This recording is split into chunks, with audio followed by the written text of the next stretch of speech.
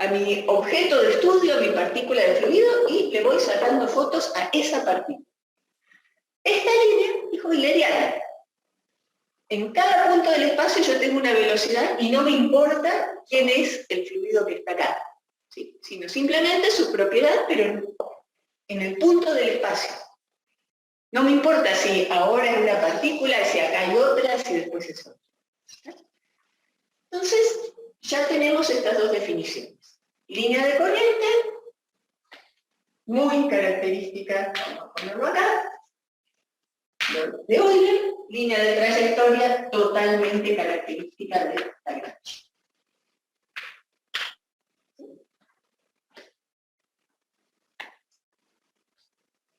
Y vamos a definir una tercera línea, este pedacito de pizarrón para definir otra tercera línea más, que vamos a llamarla línea de traza.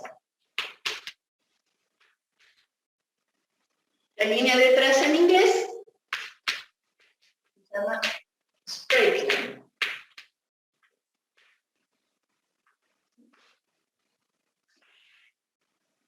Y la definición de esta línea de traza, ¿sí?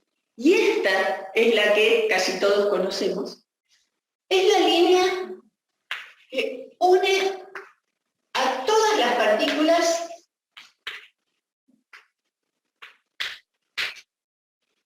que pasaron por el mismo punto en sucesivos instantes de tiempo.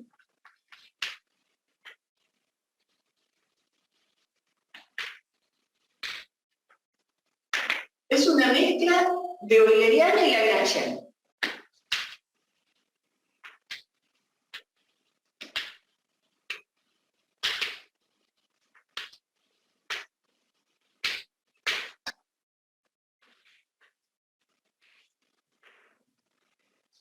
Euleriana porque yo tengo un punto fijo del espacio que es mi referencia para esa línea. Lagrangiana porque yo tengo que conocer a todas las partículas que fueron pasando por ahí.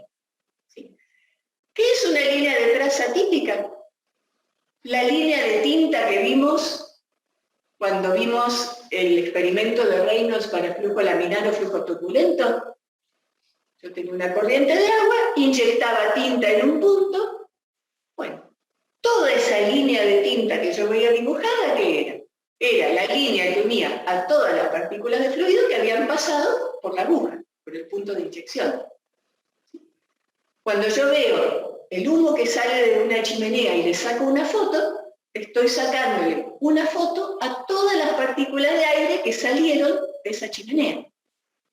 ¿Sí? Entonces, cada vez que hacemos una visualización de flujo con humo o una visualización de flujo con tinta en una corriente líquida, en realidad lo que estamos viendo, ¿sí?, no es ni una línea de corriente ni una línea de trayectoria. Lo que estamos viendo es una línea de traza. ¿Sí? Entonces vamos a poner acá ejemplo.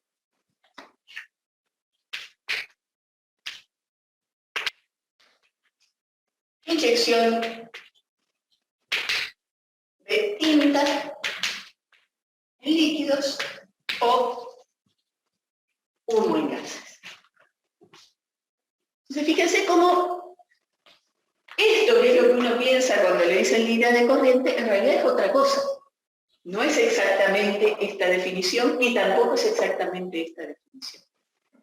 Ahora, ¿qué pasa? ¿Por qué se nos mezclan tanto las cuestiones? Porque hay un caso en particular, acá, donde las tres líneas son iguales. ¿Sí? Y ese caso particular es para un flujo estacionario.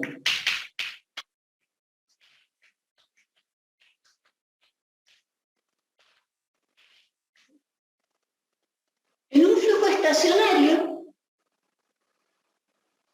la velocidad varía punto a punto del espacio, pero en cada punto no varía con el tiempo. ¿Sí?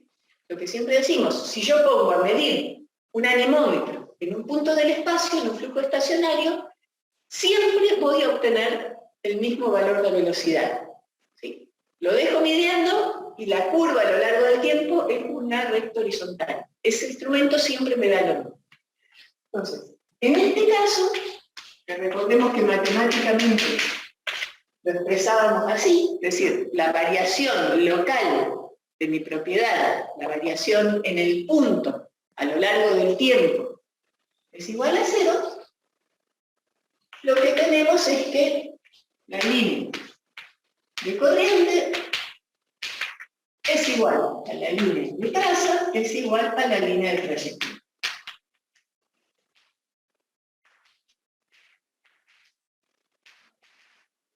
Entonces, si tenemos un flujo estacionario, lo que medimos en el laboratorio nos va a dar una línea tangente al vector velocidad y además cada partícula de fluido va a seguir su recorrido por esa misma línea que estamos viendo. Entonces, digamos, esas son los 3 tipos de líneas con las cuales uno puede describir la cinemática del fluido. Si uno está en un análisis lagrangiano, porque es enamorado del análisis de Lagrange, entonces le va a interesar la línea de trayectoria siguiendo la partícula punto a punto. Si uno le interesa la foto de fluido, va a ser las líneas de corriente. Y bueno, si uno hace un experimento en un laboratorio, por ahí lo más sencillo sea, para ver cómo va el flujo, sea generar una línea de traza. Si tiene la suerte de que el flujo sea estacionario, listo, las 3 son iguales, cualquiera de las 3 que yo tenga me va a representar a las otras 2. Así que esto es simplemente definiciones, pero es para que tengan en claro cada cosa, porque por ahí vamos a pedirles que dibujen una línea de corriente y para eso uno va a encontrar que tiene la misma forma que la línea de trayectoria o la misma forma que la línea de traza, y si el flujo es estacionario, eso está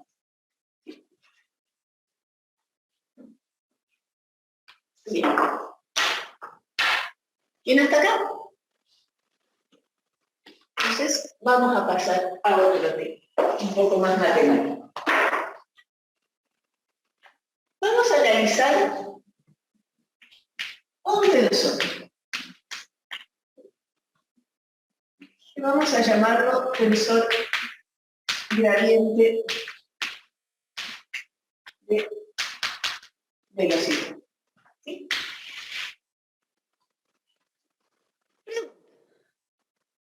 ¿Han visto ya otros tensores en la carrera hasta ahora? Tensor de inercia. ¿El tensor de inercia en mecánica? ¿Algún otro?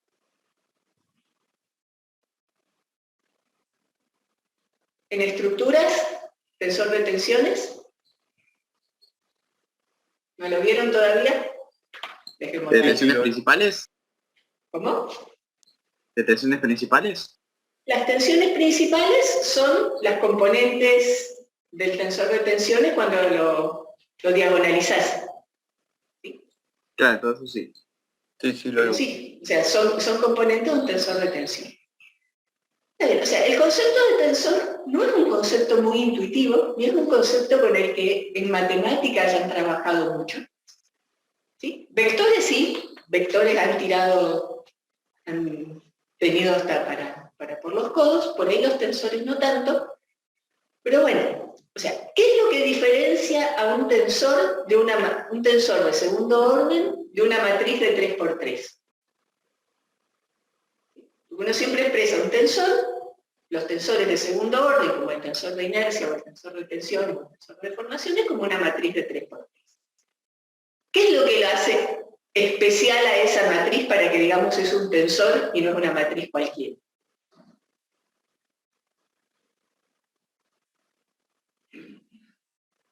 Bueno, un tensor es una matriz, si quieren, de 3×3, pero siempre asociada a un sistema de referencia, a un sistema de ejes, ¿sí? Que en nuestro caso van a ser siempre ejes cartesianos de referencia. ¿Sí? Así como un vector tiene componentes en X, Y y Z, ¿sí? Donde yo digo, bueno, tengo el vector B de coordenadas de componentes 1, 0, 0. ¿Qué quiere decir? Ese vector, cuando yo lo proyecto sobre los 3 ejes, me va a dar una proyección igual a 1 sobre el eje X, es decir, es un vector unitario el X, 0 sobre el eje Y, 0 sobre el eje Z. ¿Sí? Bueno, un tensor es algo un poco más difícil de visualizar, porque los vectores nosotros los visualizamos enseguida como flechitas. Un tensor con 9 componentes, bueno, tendríamos que estar pensando en realidad tendríamos que estar pensando en 3 flechitas. ¿Sí? 3 flechitas que serían los autovectores de ese tensor, que serían las que me dan las direcciones principales, como recién hablábamos y demás. ¿Sí? El tema es que, bueno, cuando una matriz es un tensor, significa que está asociada, sus componentes, digamos, los componentes de esa matriz, están asociadas a un sistema de referencia, un sistema de ejes cartesianos, y si yo cambio la terna de ejes, si yo roto esa terna de ejes, las componentes de ese tensor van a cambiar de acuerdo a cierta ley para que se mantenga esa misma identidad. ¿Sí? No me voy a meter en los detalles matemáticos, simplemente recordemos que un tensor, ¿sí?, tiene 9. Un tensor de segundo orden, porque en realidad hay tensores de muchos, tantos órdenes como uno quiera, ¿sí?, tiene 9 componentes asociadas al sistema de referencia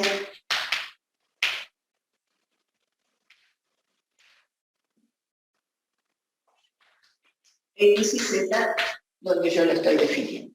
¿Sí? Entonces esas 9 componentes, si yo roto mi terna de ejes, no cambian de forma arbitraria, sino que tienen que cambiar de cierta forma para que la proyección de los autovectores sea, digamos, me dé siempre los mismos autovectores. ¿Sí? En matemática no voy a dar una clase de análisis tensorial acá, simplemente recordarles qué hace que una matriz sea un tensor y no una matriz cualquiera. ¿Ya? Como ustedes ya vieron tensores, alguna idea intuitiva tienen al respecto. ¿Sí? Bien. Fíjense que acá tenemos tensor, tenemos gradiente y tenemos velocidad. El gradiente, ¿sí?, es, como lo hemos visto, el operador nabla aplicado a algo. Entonces, en matemática, con lo que trabajaron un montón, es con el gradiente de campos escalares. ¿Sí? Por ejemplo, si P, la presión, es escalar, entonces el gradiente de P es un vector. El gradiente de P tiene componentes de PA de X, de PA de Y, de PA de Z. Yo sé cómo aplicarle el operador gradiente a una escalar. Ahora, ¿qué pasa si yo le aplico el operador gradiente a un vector? Bueno, si de una escalar que tiene 0 componentes, cuando le aplico el gradiente, que sería un escalar es lo que se llama en matemática un tensor de orden 0. ¿Sí? Si yo le aplico un gradiente, paso a tener un vector que es un tensor de orden 1 en matemática. Tengo 3 componentes porque derivo mi escalar en cada una de las direcciones. Ahora, ¿qué pasa si yo le aplico este operador gradiente a una entidad que ya es un vector? Porque mi velocidad tiene 3 componentes, V y W, las escribimos hace un ratito. Bueno, si yo le aplico este operador que me toma derivada con respecto a X, con respecto a Y, con respecto a Z, a un vector que tiene componentes en X, en Y y en Z, voy a tener 9 combinaciones posibles. Voy a poder derivar U con respecto a Y, con respecto a X y Z, B con respecto a Y, X y Z, W con respecto a Y, X y Z. ¿Sí? Entonces, si B es U, B y W, un vector, claramente, cuando yo le aplique el operador nabla, el gradiente de ese vector, fíjense que yo acá acá no pongo ni un punto, ni una cruz, ni nada. ¿Sí? Simplemente en la operación gradiente ustedes no ponen nabla.p, ni nabla vector p, ponen nabla p. ¿Sí? Acá voy a hacer lo mismo. Nabla p sin operador punto, que me daría la divergencia, sin operador cruz, que me daría el producto vectorial. No, no, no. Nada. Aplicado a B, esto va a ser, ¿sí?, en vez de un vector, va a ser una matriz, en realidad un tensor, donde yo voy a tener U derivada con respecto a X, U derivada con respecto a Y, U derivada con respecto a Z, B con respecto a X, B con respecto a Y, B con respecto a Z, W con respecto a X, W con respecto a Y, W con respecto a Z. ¿Sí? Cuando aplico la operación gradiente que tengo, con la cual yo puedo derivar en tres direcciones, a un vector que tiene tres componentes, lo que me da esta operación es un tensor, una matriz, obviamente con 9 componentes, pero fíjense que en esta matriz es imprescindible decir cuál es la dirección X que me da la componente U, cuál es la dirección Y que me da la componente en B y cuál es la dirección Z que me da la componente en W. ¿Sí? Si yo acá pongo simplemente números y no aclaro cuál es mi terna cartesiana, esos números no me dicen nada. Yo tengo que saber cuál es mi terna, entonces esto va a ser la variación de esa velocidad en esa dirección. Esto va a ser la variación de esta velocidad en esta dirección y así sigue. Entonces, esto que yo voy a poner ahora en notación tensorial más compacta es lo que llamamos tensor gradiente de velocidad.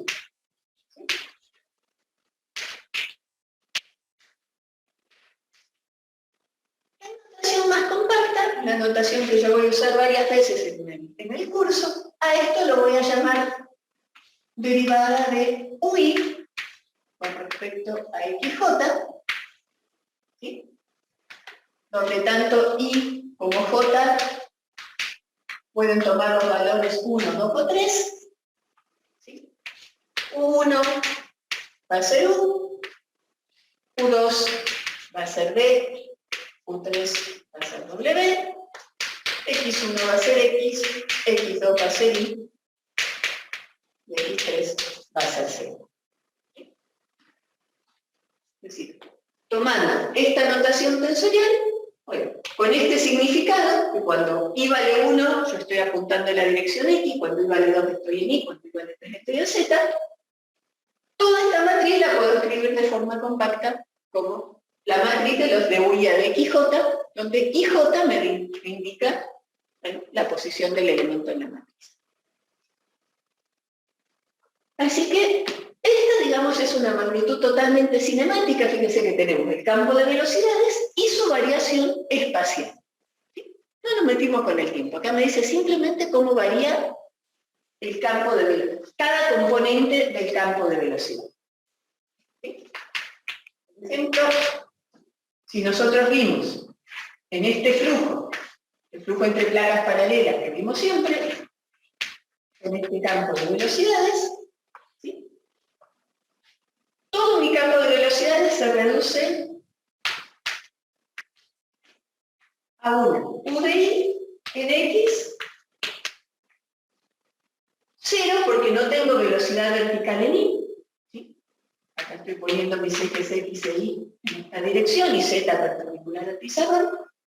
No tengo componente B, no tengo componente W, así que estas dos son 0.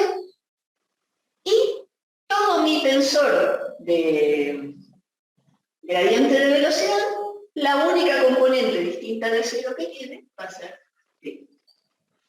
¿Sí? Es decir, todo el gradiente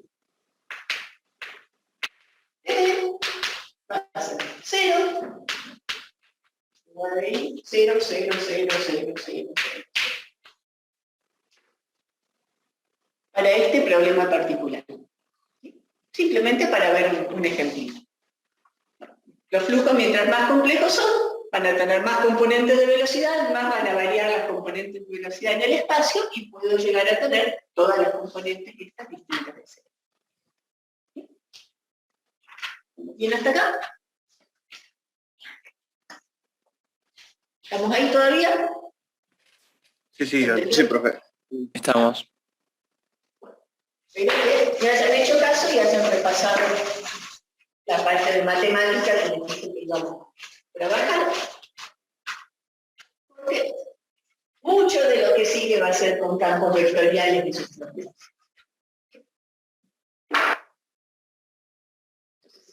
Una propiedad que le vamos a aplicar al tensor de velocidades, que se le puede aplicar a cualquier matriz, es descomponerlo, ¿sí? Yo puedo agarrar cualquier matriz y descomponerla como la suma de una matriz simétrica y una matriz antisimétrica. ¿Sí? Recordemos. Una matriz simétrica era aquella donde los elementos que no están en la diagonal son iguales si yo permuto los subíndices. ¿Sí? La componente A12 es igual a la componente A21, la A23 a la A32, y así siguiendo. La matriz antisimétrica era aquella donde los componentes que no están en la diagonal son iguales a los que están del otro lado, pero con el signo cambiado. Si yo permuto los índices, cambia el signo. A12 es igual a menos A21. Y así sigue. Entonces, voy a hacer esa descomposición. ¿Sí?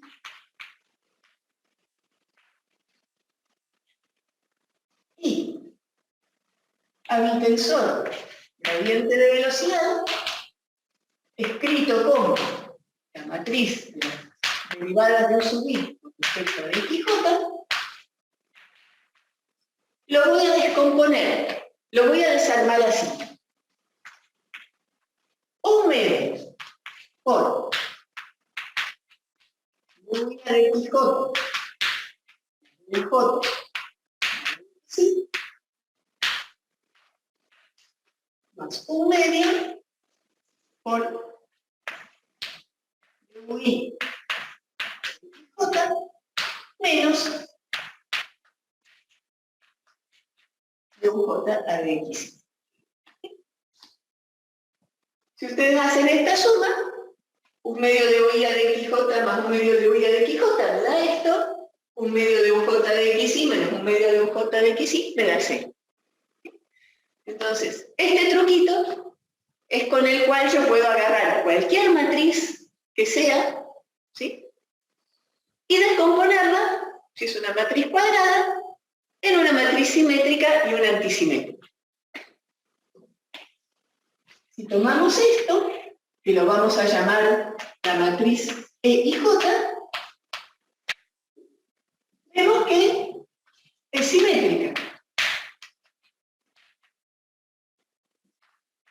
E y J es igual a E ahí. Si yo acá cambio I por J, lo único que hago es cambiar el orden de la suma y eso no me cambia el resultado. Y a esta parte, que vamos a llamarla omega y J, es antisimétrica. Fíjense que antisimétrica no es lo mismo que asimétrica. Asimétrica es que son distintos. Antisimétrica significa que la componente I J es igual a menos la componente J. Así que nuestro tensor de velocidades, que no es un tensor simétrico, porque fuera de la diagonal, por un lado tengo de U, la componente 1, 2 sería de U a de I, y la componente 2, 1 es de D a de X. ¿Sí? Claramente no son iguales. Pero si yo lo hago así, puedo descomponerlo en una parte que es simétrica y una parte que es antisimétrica. Esta parte simétrica la vamos a llamar tensor velocidad de deformación.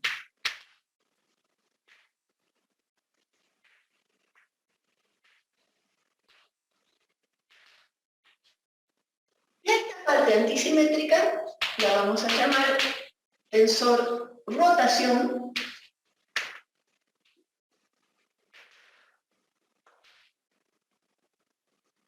o tensor spin, ¿sí? Con la palabra en inglés. Y ahora vamos a meternos un poquito en las razones de estos nombres. ¿Sí? Vamos hasta acá. Lo único que hice fue un poquito de matemática para transformar esta matriz en una simétrica y una antisimétrica. Y bueno, voy a borrar esto para tener todo un pizarrón y voy a analizar por separado cada una de estas partes de mi gradiente de velocidad.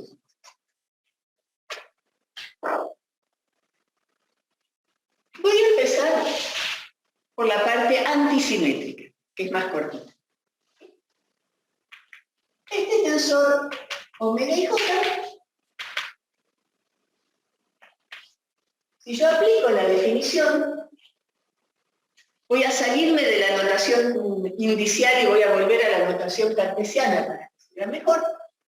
Va a ser en la diagonal, ¿sí?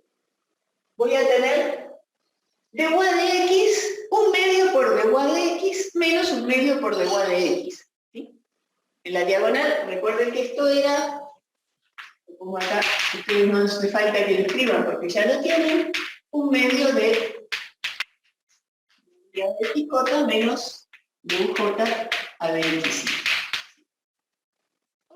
Si y es igual a j, que es lo que pasa en los elementos de la diagonal, esto me da 0. Así que, como todo tensor antisimétrico, en la diagonal yo voy a tener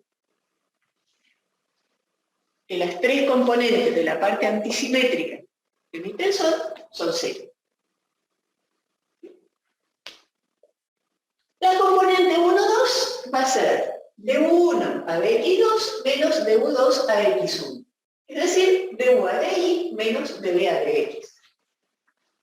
Acá le voy a poner el 1 medio adelante, así no me muero. Acá voy a tener dy de y menos de ba de x, y como mi tensor es antisimétrico, acá voy a tener de ba de x menos de u a de x. De este lado voy a tener dy de z menos de w a de x, se lo pueden verificar.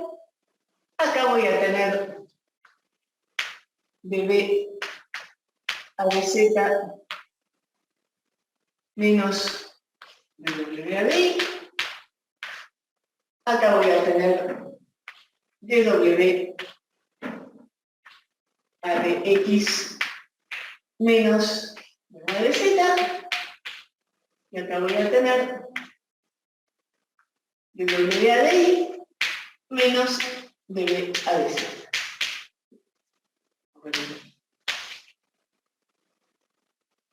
Así que, si yo reemplazo acá con los índices que corresponden y lo vuelvo a la notación cartesiana, tengo estas expresiones.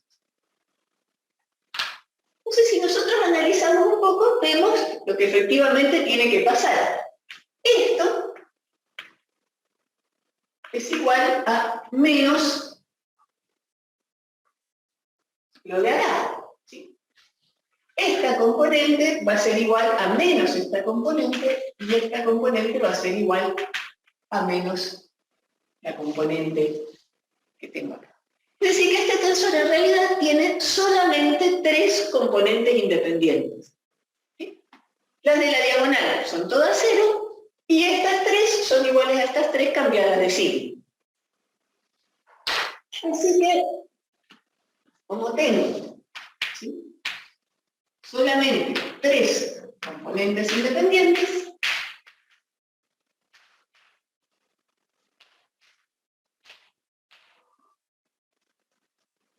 de este tensor yo puedo obtener un vector, ¿sí?, que me da exactamente la misma información. ¿Y cuál va a ser ese vector? Mirando esto. Las ¿El rotor? componentes de este tensor. ¿De qué vector son componentes también? ¿El rotor? Del rotor del campo de velocidades. Exactamente. Vamos a definir, no sé si lo definimos antes, pero en todo caso lo volvemos a definir ahora, a un vector omega, que vamos a llamar vorticidal,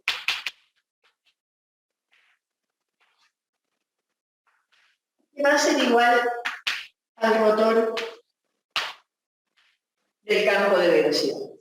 Yo uso este dibujito, pero si ustedes prefieren usar la cruz como producto vectorial, para mí está perfecto.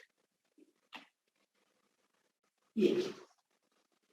¿Cómo calculamos el rotor del campo de velocidades? Hagamos el truquito del determinante para que aprendimos alguna vez. Acá ponemos I, acá ponemos J, acá ponemos K, acá ponemos le digo respecto I, le digo respecto Z, acá pongo U, acá pongo B y acá pongo W. Calculo este determinante y esto me da dA de X menos dUA de Y.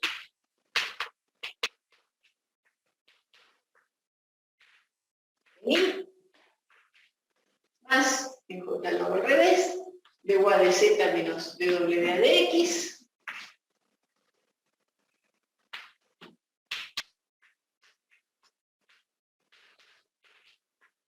J más dBA de X menos dUA de Y.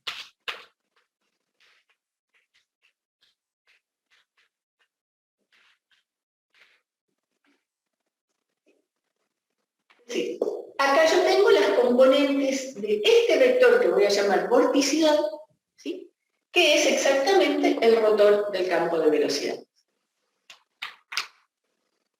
Y si nos fijamos, bueno, dBA de X menos dUA de Y,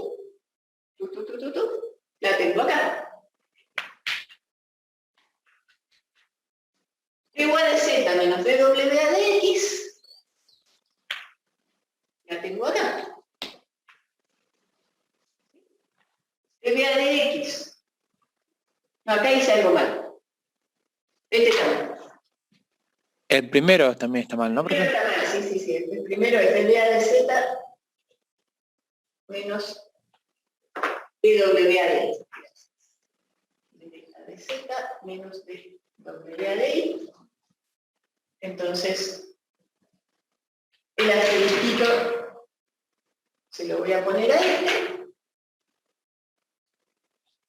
Y acá, dBA de Z menos dWA de Y, vamos a poner... Profe, al primero no le quedan los signos cambiados.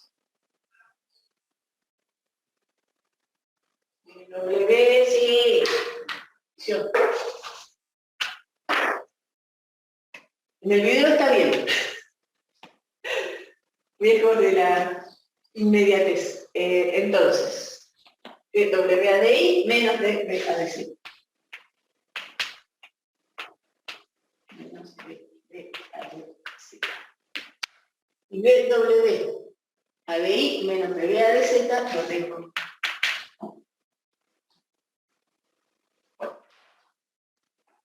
La cuestión es que acá, en este vector vorticidal, en este rotor de la velocidad, que es una operación que ustedes sí conocen, tenemos las mismas componentes del tensor rotación. ¿Y qué es lo que me representa? ¿Por qué le decimos vorticidad a esto? ¿Y por qué le decimos rotor? Alguna vez se preguntaron por qué a este producto matemático se le llama rotor. Rotor implica que algo está en rotación, ¿no? Bueno, esa definición, rotor, es muy fluidodinámica. ¿Qué significa? Que un flujo sea rotacional o que tenga vorticidad. Vamos a empezar de nuevo con una definición. Vamos a definir. Un flujo es rotacional. Fíjense que hablo de un flujo y no de un fluido, ¿sí? Porque es el movimiento del flujo. Rotacional, sí, su vorticidad es distinta de cero. Y por consiguiente, un flujo irrotacional va a ser aquel cuya vorticidad sea cero. Vamos a ver, cerca del final del curso, que para los flujos que son irrotacionales hay un montón de metodologías de cálculo muy potentes y que andan muy bien, que simplifican mucho las cuentas. Pero en principio los flujos no tienen por qué ser irrotacionales por decreto, así que damos acá la definición de qué es un flujo rotacional o irrotacional. ¿Sí? Y vamos a ver que, por ejemplo, ¿sí? Acá voy a poner un ejemplo bien simple, pero que después se puede extender a flujos más complejos. Profe, ¿Cómo? Profe, ¿el flujo es rotacional si la vorticidad es cero? Es distinta de cero. Es rotacional si la vorticidad es distinta de cero, es irrotacional, es decir, no rota si el rotor es cero. Si piensan vorticidad como rotor de la velocidad, si rota, el rotor es rotacional, si esto es cero, no rota, rotor cero y rotación. Entonces, un caso muy simple es un fluido que está girando como un sólido.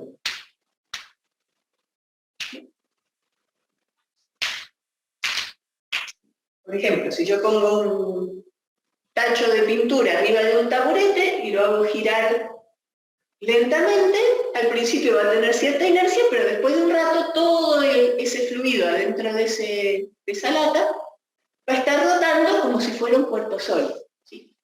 Entonces, si yo lo miro desde arriba, voy a tener que si está girando, ¿sí?, con cierta velocidad angular, acá tengo mi eje X, acá tengo mi eje Y, mi distribución de velocidades va a ser esta, ¿sí? Es decir, todas las partículas que están sobre el eje X, yo lo estoy mirando desde arriba, acuérdense, se mueven en esta dirección, todas las que están sobre el eje Y van para allá. Las partículas describen trayectorias circulares, ¿sí?, donde su velocidad va aumentando a medida que yo me alejo del centro de rotación. Y acá yo voy a tener que mi componente U va a ser... Y bueno, acá les pido disculpas. En todos lados la velocidad de rotación le llaman omega. Esta omega no va a ser la omega de ese tensor velocidad de rotación, sino... tensor rotación, sino que vamos a ponerle omega en este caso es velocidad angular. No es el tensor, es simplemente para este problema de velocidad angular. Entonces, yo voy a tener que mi velocidad U va a ser menos omega por la componente Y, y mi velocidad V va a ser omega por la componente X. ¿Sí? Tengo un campo de velocidades bidimensional donde acá vemos cómo la componente vertical V aumenta linealmente con X y cómo la componente horizontal U, ¿sí?,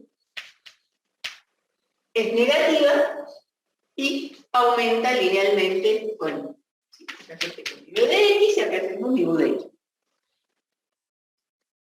Si yo a este problema le calculo la vorticidad, como es un flujo 2D, entonces el rotor de la velocidad va a tener componentes 0, no voy a tener variación en Z y no voy a tener W, así que este término va a ser 0, este término va a ser 0, ¿sí? Acá si quieren ponemos que W es igual a 0. Si calculamos omega entonces, va a tener componentes 0 en X, 0 en Y, y en Z voy a tener dBA de X, vámonos así, después lo calculamos, menos dBA de Y. Es decir que mi vector vorticidad de omega de x es omega, menos de y de y, que es menos omega,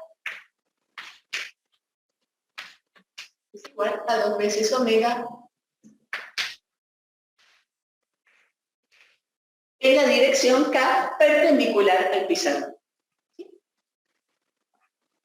Cuando yo tengo un flujo 2D, estos vectores, como la velocidad de rotación, velocidad angular, etc., los llamamos pseudoescalares, ¿sí? Porque en mi plano no tienen una componente. Yo podría pensar, digamos, en la rotación casi como un escalar. Este omega, digamos, simplemente tiene componentes en una dirección perpendicular al pizarrón que no entra en mi análisis. Así que dentro de lo que es el pizarrón, esto podría ser un escalar o le llamamos pseudoescalar. ¿Sí? Bueno, entonces, ¿qué sacamos de acá? Que la velocidad de rotación de esta partícula,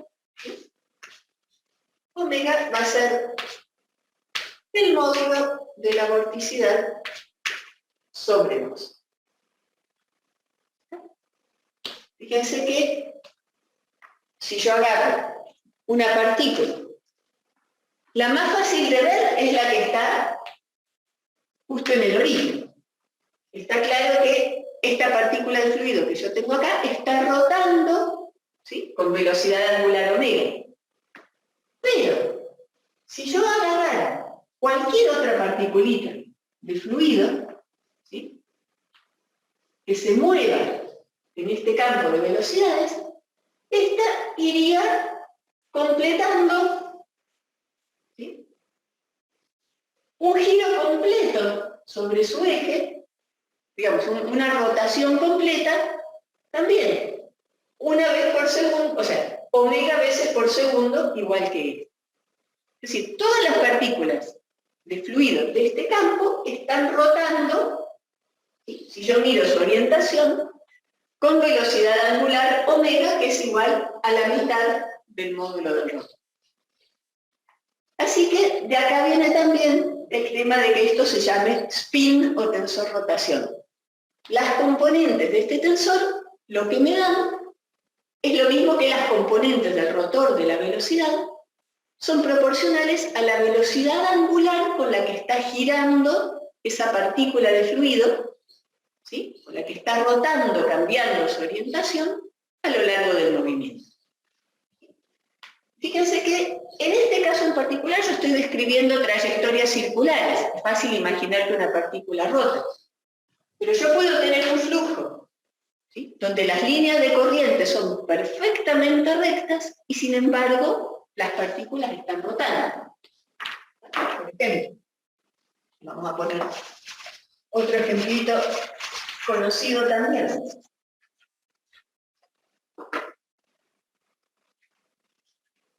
En el flujo entre placas paralelas, este campo de velocidades archiconocido, ¿sí?, UDI, el rotor de la velocidad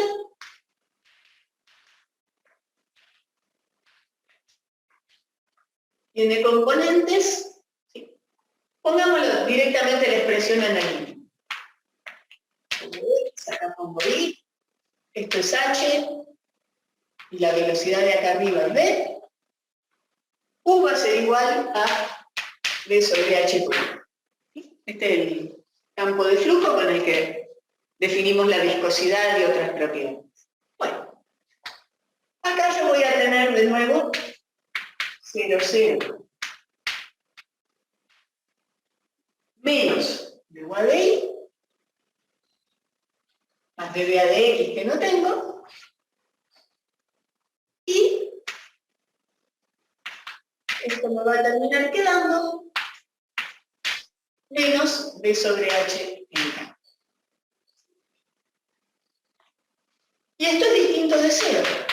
O sea, este flujo entre placas paralelas, donde las líneas de corriente son tangentes al vector velocidad y el vector velocidad solamente es horizontal, o sea que todas las líneas de corriente de este campo de flujo son perfectamente rectas y horizontales, sin embargo, es un campo de flujo rotacional. Una partícula de fluido. En matemática, por lo menos cuando yo cursaba, nos ponían una ruedita. Decían, bueno, si yo pongo una ruedita en este campo de flujo, ¿cómo? La velocidad de esta ruedita arriba es mayor que la velocidad de la ruedita abajo, esta ruedita va a ir avanzando con el flujo, pero a la vez va a ir rotando en este sentido. ¿Sí? Es decir, las partículas de fluido que se mueven en este campo de flujo, si uno pusiera, no sé, un barquito de papel en este campo de flujo, en vez del barquito ir derechito, avanzaría pero girando, rotando sobre su eje. ¿Sí? Una ruedita avanza hacia allá, pero al mismo tiempo va rotando sobre su centro. ¿Sí? La velocidad de rotación va a ser la mitad de B sobre H, y fíjense que acá me queda negativo el rotor, y si nosotros vamos a nuestras convenciones, ¿sí? Para yo tener una terna positiva, X, Y, Z tiene que apuntar para adelante, ¿sí? Y en esta dirección de Z, esta rotación horaria es negativa. O en la convención típica de medición de ángulos de velocidades de rotación, antihorario positivo, horario negativo. Así que está bien que esto me dé negativo. Entonces acá ya vamos viendo, bueno, algunas propiedades del campo de velocidades. Estas diferencias, las componentes de la parte antisimétrica del tensor, están asociadas a la rotación de cada elemento material de fluido, en el movimiento, en el flujo, ¿sí?, por donde se esté moviendo. ¿Bien hasta acá? ¿Ves?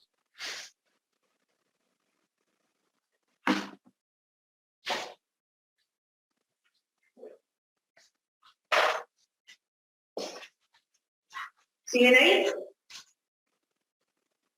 ¿Me oyen? Sí. Bueno, pero desde que se cortó internet, me preocupa más que estarle hablando al aire o a la gente. Entonces, vamos a ir a la otra parte del tensor gradiente de velocidad, que era este EIJ, ¿sí?, un medio de huella de XJ más de UJ a XY. Y ahora lo vamos a escribir por una vez, con todas sus componentes cartesianas. Un medio acá arriba, acá adelante, y esto va a ser, bueno, cuando I es igual a J, acá voy a tener, no, voy a cambiar, voy a dejar un medio adentro, así no tengo que poner un 2 acá adentro. ¿Qué hace? Un medio de huella de XJ más de UJ de XY. ¿Sí? Cuando I es igual a J, esto me da simplemente 2 veces de UA de X, así que acá voy a tener directamente de UA de X. ¿Sí? La otra componente va a ser de UA de Y más de BA de X, y acá voy a tener de UA de Z más de W a de X. ¿Sí?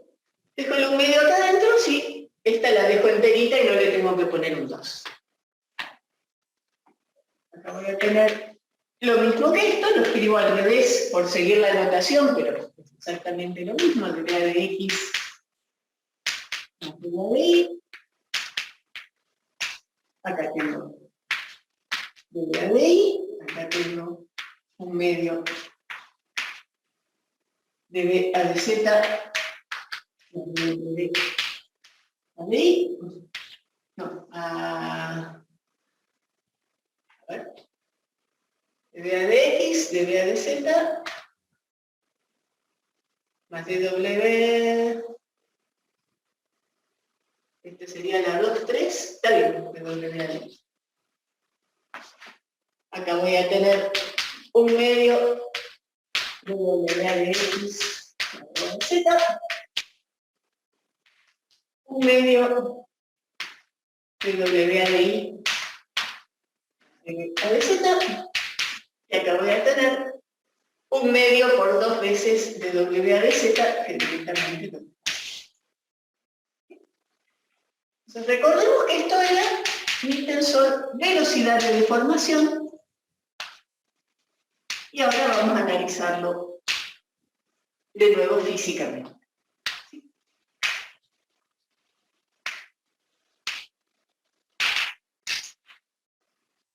Y vamos a ver que en el fluido los términos de la diagonal y los términos de fuera de la diagonal me producen efectos diferentes. ¿Sí? Entonces, voy a empezar con los términos de la diagonal.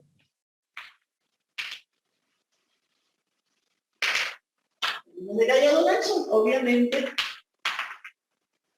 aquellos donde I es igual a J. Yo voy a agarrar una partícula material de fluido, un cubito, ¿sí?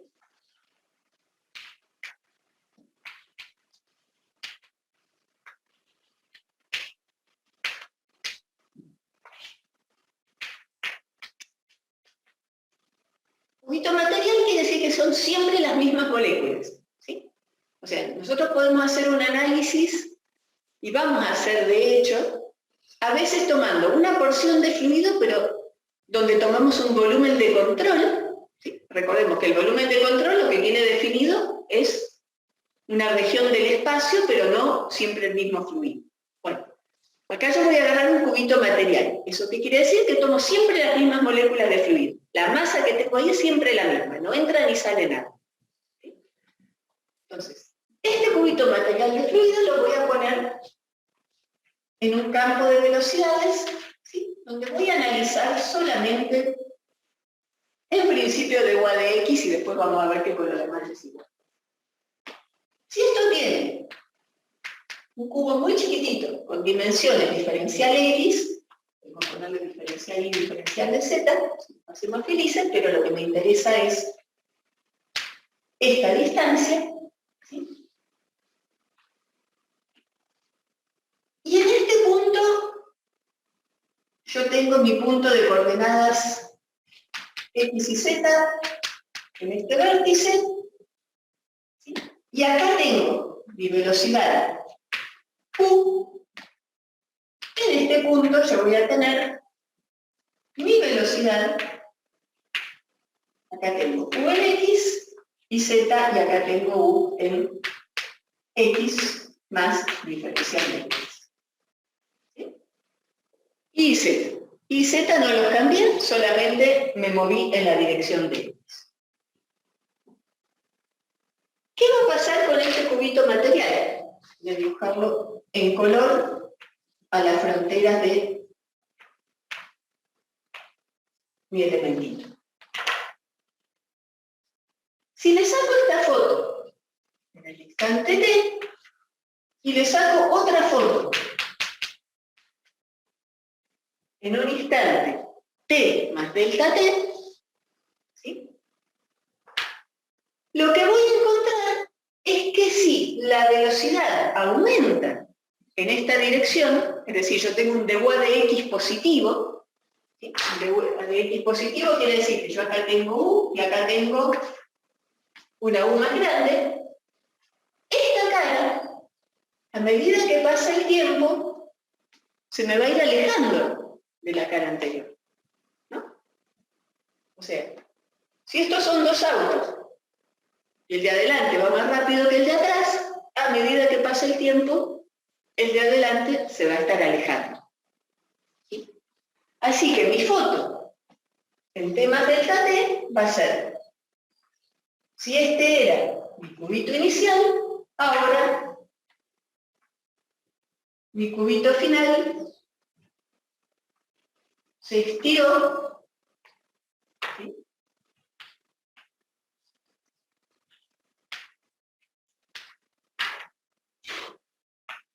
un delta X. Hasta acá llegaba en el instante t, y ahora llega hasta acá en el instante t más delta t.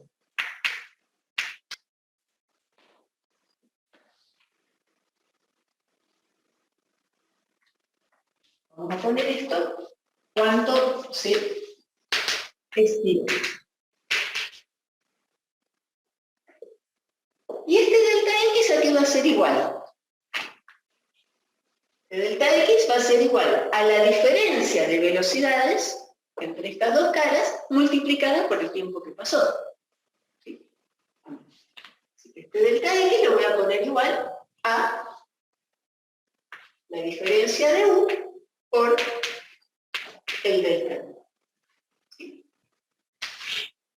Y esta diferencia de U, como este cubo es muy chiquito, la voy a tomar con una aproximación en serie de Taylor de primer orden. Esta diferencia de U va a ser aproximadamente igual a de U a de X por esta distancia, por diferencial de X, como por delta T. Así que, si vemos el efecto de este término en el campo de flujo, ¿sí?, vemos que una de U a de X positiva lo que hace es que una partícula material se esté estirando, ¿sí?, en la dirección X. Un cuadradito a lo largo del tiempo se me va convirtiendo en un rectángulo cada vez más largo, mientras el campo de flujo tenga esta componente positiva. ¿Sí? Así que todas las componentes de la diagonal, obviamente, si yo hago este mismo análisis en Y, voy a encontrar que un dV a de Y positivo me estira a mi volumen, a mi partícula material en la dirección de Y, y un dW a de Z positivo me la estira en la dirección de Z. ¿Sí? Así que acá vemos simplemente el efecto, por ahora lo dejo así nomás, porque estas tres componentes juntas, lo que me van a terminar dando, y acá es donde me quiero meter, es el cambio total de volumen de este elementito. ¿Sí? Si dV a de X me lo estira en X, y dV a de Y me lo estira en Y, y dW a de Z me lo estira en Z, la acción combinada de las tres me va a dar el cambio total de volumen que me ocupa este elemento material de fluido. Así que vamos a usar un poquito el pizarrón de acá. Y vamos a calcular, ¿sí?, el cambio de volumen total. Entonces, todo este análisis lo voy a escribir acá para ahorrar pizarrón. Y lo pueden aplicar a dV a de Y y a dW a de Z. Y por supuesto el efecto depende del signo. Si dV a de X en vez de ser positiva fuera negativa, quiere decir que esta partícula de fluido en vez de estirarse se estaría comprimiendo, ¿sí? Mi cuadradito ocuparía cada vez menos longitud en la dirección X. Entonces, la acción combinada, ¿sí?, la acción conjunta de U a de Y, perdón, de U a de X, de U a de Y, de W a de Z, que da un cambio de volumen. ¿Sí?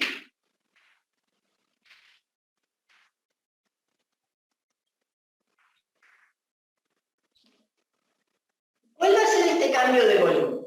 ¿Sí?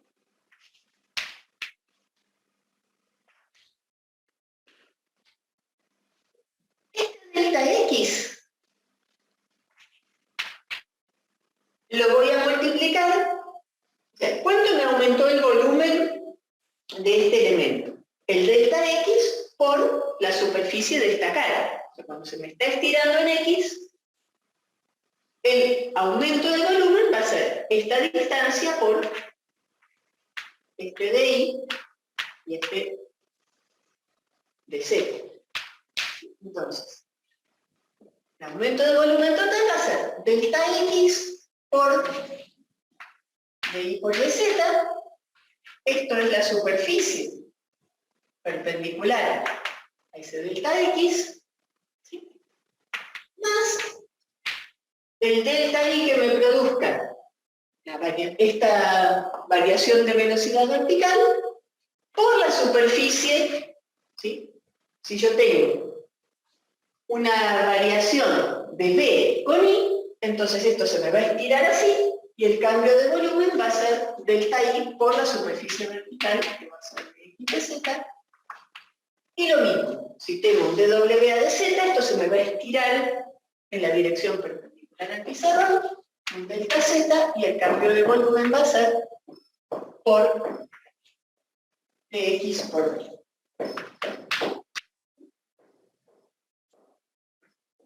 Y en realidad, cuando yo tengo las tres variaciones de velocidad, si quiero sacar el aumento total de volumen, ¿sí?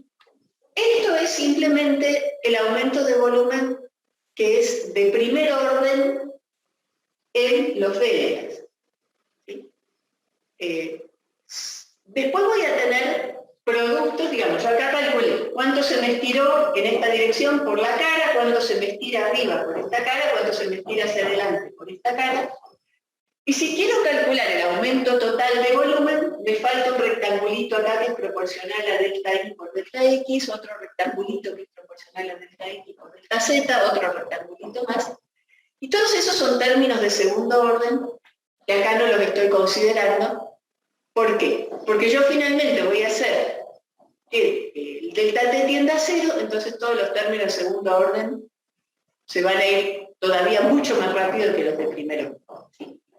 Así que esta es mi variación de primer orden, de volumen de primer orden, linealizando todas estas diferencias a un Taylor, de nuevo, de primer orden. Si lo quieren hacer más completo, pueden hacer volumen final menos volumen inicial, con todos los términos que faltan y les va a dar exactamente lo mismo. Bien, entonces, esta va a ser mi variación de volumen entre el tiempo t y el tiempo t más delta t. Volvemos a escribir y acá vamos a tener que delta x era la de x por el diferencial de x, ¿sí? Por delta t. Y todo esto lo tengo que multiplicar por dz. El delta I era, no lo puse acá, pero va a ser dA de I por diferencial de I, delta t, lo multiplico por dz, y el delta z va a ser dWA de z por diferencial de z por delta t, lo multiplico por el área de xd.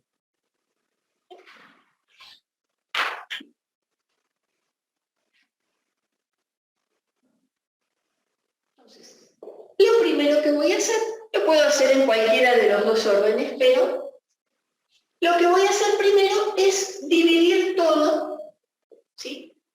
Por dx, dy, dz. Como vemos, acá me aparece el volumen de este elemento, ¿sí? Multiplicando a dA de x delta t, o sea, en cada uno de estos tres términos me aparece el volumen inicial.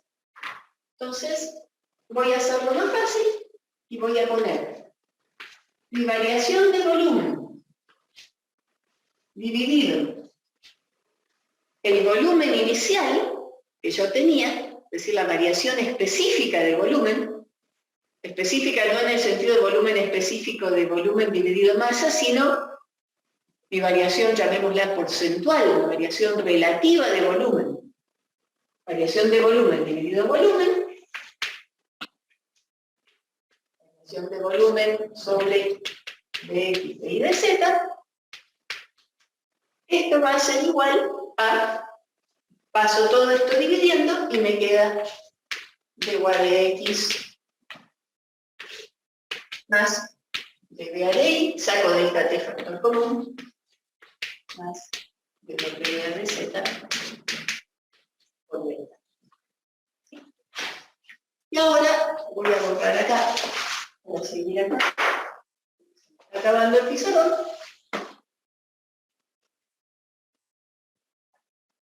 Y lo que me falta es dividir todo por delta T y tomar el límite para cuando tienda a cero.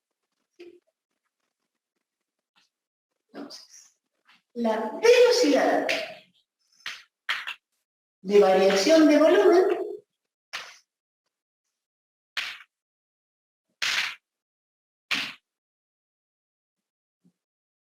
relativo, o volumen específico, no sé cómo le quieren poner, un volumen relativo, así, va a ser mi variación de volumen sobre el volumen inicial dividido por delta T, ¿sí? Y obviamente puedo tomar el límite para delta T que tiende a cero. Esto, hasta acá viene siendo igual a de Y, de Z. Así que tomo esto, límite, ¿se llega a ver el pizarrón ahí? Me fui del borde del pizarrón. Se ve que puse el límite acá. Listo, límite para delta T que tiende a cero de todo esto. Es decir, que cada uno de estos por separado me produce un estiramiento, ¿sí?, de ese elemento material de velocidad. Y la suma de los tres me da el cambio total de volumen relativo al volumen inicial, ¿sí? Es decir, y esto, digamos, esta que es la parte conceptual de mi tensor velocidad de deformación, lo que acá estoy teniendo es la parte que corresponde en esa velocidad de deformación a la deformación volumétrica.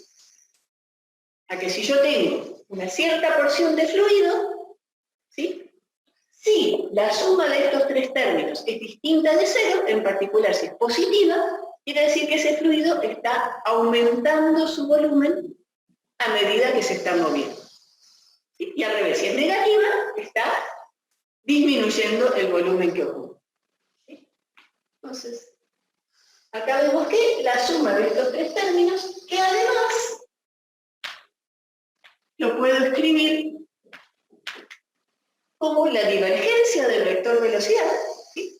Recordemos que el operador lambda, si le pongo en habla punto, se convierte en suma de derivada de primera componente respecto a x, de x, más derivada de segunda componente respecto de y, dB de y, más dB de c.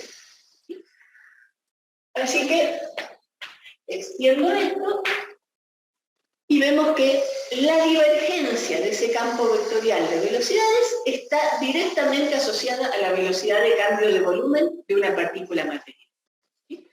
Si yo tengo un gas que se está expandiendo, listo, la divergencia va a ser positiva. ¿Sí? Al revés, si se está comprimiendo, entonces su campo de velocidades, ¿cómo va a ser? Va a ser tal que la divergencia sea negativa.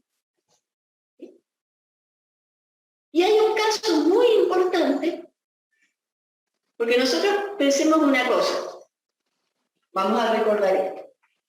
La masa de ese fluido material, de ese cubito material, es igual a la densidad del volumen. Básicamente, esta es la definición de densidad, masa sobre volumen. La masa se conserva. Hablamos siempre de las mismas moléculas, ¿sí? Si no hay magia, esas mismas moléculas van a tener siempre la misma masa. Entonces, Si estoy cambiando de volumen, quiere decir también que estoy cambiando de densidad. Acá tenemos una relación que dentro de un rato vamos a ver bien matemáticamente de dónde sale, pero acá ya vamos viendo que si cambia volumen, entonces tiene que cambiar densidad. Porque el producto de volumen y densidad, si yo tengo siempre la misma masa, tiene que ser constante. Así que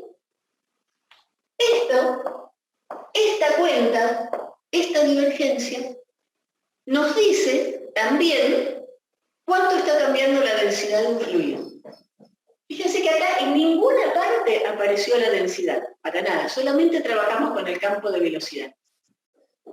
Pero si de repente yo veo que un flujo tiene su divergencia de velocidad positiva, ¿qué quiere decir? Que el volumen está aumentando y eso quiere decir que la densidad está bajando. Donde yo tenga divergencia de velocidad positiva, me está automáticamente bajando la densidad de esa partícula de fluido. Y viceversa. ¿Sí? Estamos diciendo que podemos ver cómo cambia la densidad de un fluido nada más mirando el campo de velocidades. Ojo, no es poco.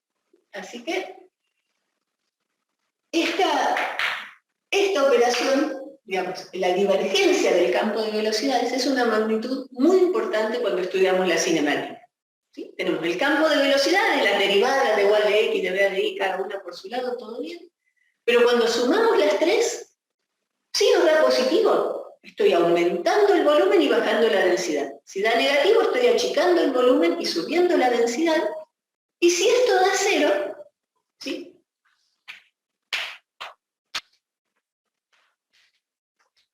Cero, quiere decir que el volumen que ocupa una partícula material es constante, cosa que por ahí no me dice mucho.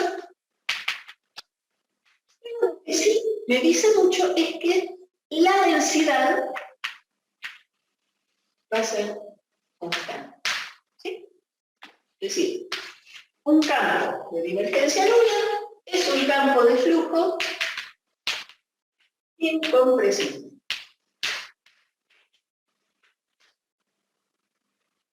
Viceversa, si yo sé que mi fluido se mueve en régimen incompresible, si la densidad de mi fluido no cambia cuando se mueve, pensemos en los líquidos como el caso más simple, imaginar, entonces, se mueva como se mueva una corriente de agua, su campo de velocidad va a ser tal que la divergencia va a ser cero.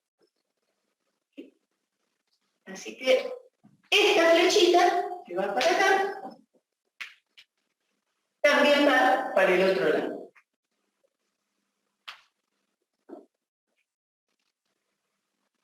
Divergencia nula implica rho constante implica divergencia de velocidades nula. Una idea para meternos bien en la cabeza. Porque yo les puedo preguntar a ustedes sin darles absolutamente ninguna referencia sobre la densidad. Les tiro un campo de velocidad y les pregunto. Dígame, ¿la densidad acá del flujo está cambiando o no? Y ustedes dicen, ¿y la densidad dónde está? Bueno, está acá. Miro el campo de velocidades y le calculo la divergencia. ¿Me da cero? No cambia. ¿Me da distinta de cero? Sí cambia. ¿Sí? Y todo eso lo saco de esta operación matemática. ¿No? Profe, Sí. una consulta, porque cuando le agregaste el límite del lado izquierdo no se lo agregaste del lado derecho. Y Se lo puedo agregar, lo que pasa es que como acá el tiempo no está explícitamente, lo podemos poner acá también si querés. claro, me queda la expresión, tengo la expresión la misma, pero sin el límite, y abajo con el límite solo de la izquierda y me queda raro. Bueno, si te gusta poner el límite acá también, que en realidad es más, sí, es más conciso, digamos, formalmente es más riguroso poner el límite de los dos lados. ¿Sí? Pongámoselo así. ningún matemático me objeta mi desarrollo. El límite de esto es igual al límite de esto. Como acá T no aparece explícitamente, bueno, el límite de esto es igual a esto. Acá T sí aparece y por eso quiero tomar el límite porque tengo el delta y el T. Acá no aparece. Lo que aparecían acá eran, si ves acá, diferenciales de X y de Y y de Z. Pero bueno, yo sigo trabajando con esos diferenciales, no los reduje a cero. Ese era mi volumen inicial, es decir, si querés, esos de X, de Y, de Z están metidos acá adentro. ¿Sí? En la práctica estoy tomando límite de todo cuando tiende a cero, pero donde más lo marco es donde ese todo me aparece explícitamente, por ejemplo, este delta T acá. ¿Sí? Obviamente todo este desarrollo es para volúmenes elementales muy chiquititos que terminan tendiendo a cero. ¿Por qué? Porque fíjate que esto, la divergencia del campo de velocidades, yo la mido en un punto. Calculo las derivadas de la velocidad en ese punto, te digo cuánto vale la divergencia de velocidad como función de X y Z. Un valor de X, un valor de Y, un valor de Z. Es decir, que todo terminó tendiendo a cero. Los volúmenes y el tiempo. ¿Sí? Pero bueno, en el desarrollo yo necesito, para mostrar el efecto, necesito tomar un delta X de diferencia, un diferencial de X, para decir, la velocidad en esta cara es más grande que en esta. Si no tengo en cuenta esa variación, no voy a poder meter esta derivada.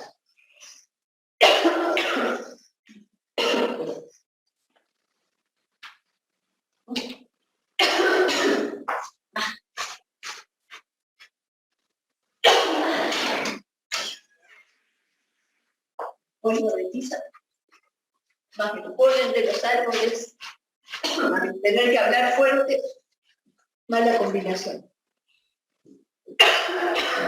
Y borrar mucho encima.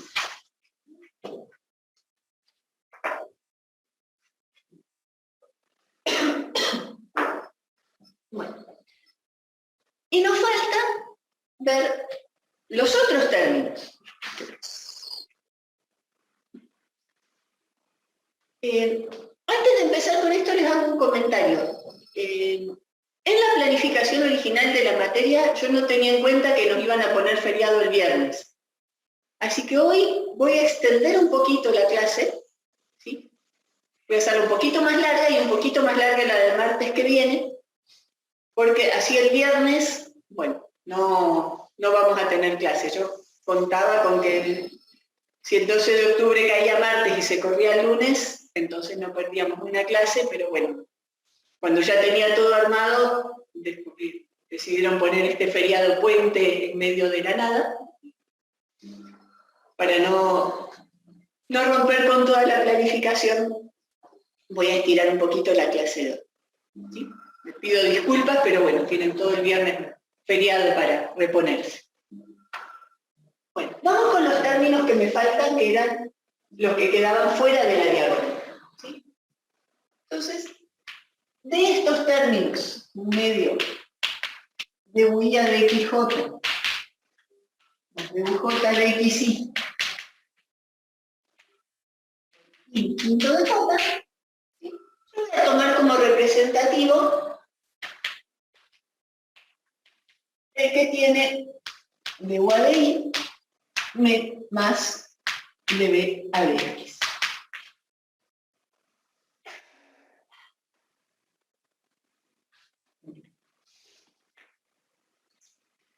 Y vamos a agarrar de nuevo mi cuadradito material de fluido. ¿Sí?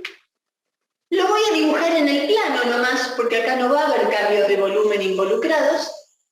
Así que directamente trabajo en el plano XY. Este va a ser, de nuevo, mi diferencial de X y un diferencial de Y de longitud. Pero ahora, el campo de velocidades, las variaciones de velocidad que me van a interesar son las variaciones de velocidad no en la misma dirección de la componente, sino en la dirección perpendicular. Entonces, si yo tengo de U a de I, quiere decir que en este punto voy a tener U, y en este punto voy a tener, o en esta cara voy a tener U más delta U. ¿Sí? Y si tengo dB a dx, quiere decir que en este punto voy a tener mi velocidad v, y en esta cara voy a tener v más delta v. ¿Sí? Y este delta v va a ser igual a dB a dx por diferencial de x, ¿sí? Nada más. Y acá este delta U va a ser igual a dB a dy por diferencial. Entonces ahora el campo que voy a analizar, tengo mi mismo cubito material, pero con este campo de velocidades. ¿Sí? Entonces le voy a sacar esta foto en el instante t y vamos a ver qué pasa en el instante t más delta t. Si este era mi elemento original, ¿qué pasó ahora? Vamos a dibujarlo a este, repasarlo en naranja y vemos qué pasa. Esta cara, la cara de abajo, ¿sí? Como este punto se mueve hacia arriba a mayor velocidad que este punto, ahora la cara de abajo se convirtió en esta línea, ¿sí? Es decir, yo acá tengo una variación, llamémosla delta I, que va a ser proporcional a la diferencia de velocidades entre el punto X y el punto X más delta X. Entonces, este delta I va a ser igual a delta V, la variación de velocidad que yo tengo en esta dirección, por el tiempo transcurrido. ¿Sí? A medida que pasa el tiempo, este punto se va adelantando cada vez más a este punto que se mueve con menos velocidad. Así que acá tengo delta V por delta T. ¿Sí? Y esta cara vertical, cuando pase el tiempo, ¿sí? Se va a ver convertido en esta cara, porque este punto de arriba se mueve hacia la derecha a más velocidad que el de abajo. Entonces, mi elemento va a terminar siendo de un cuadradito, se va a ver convertido en una especie de paralelogramo. Acá voy a tener delta X, que va a ser igual a delta U por delta T. ¿Sí? Un segundito.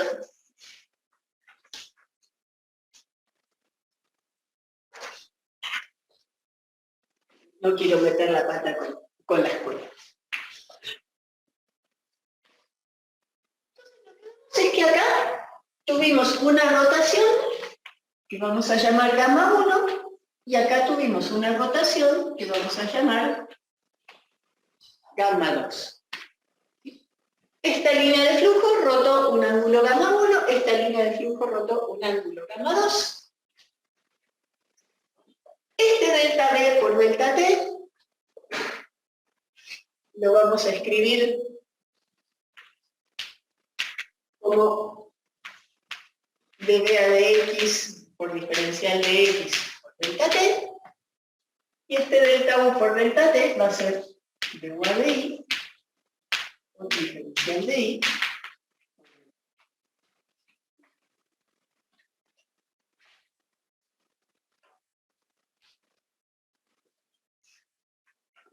Y ahora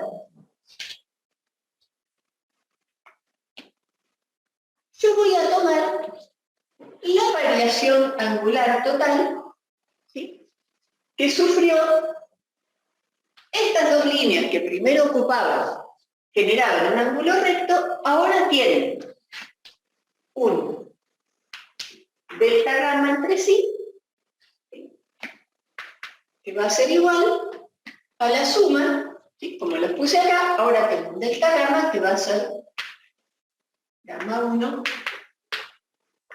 más gamma 2.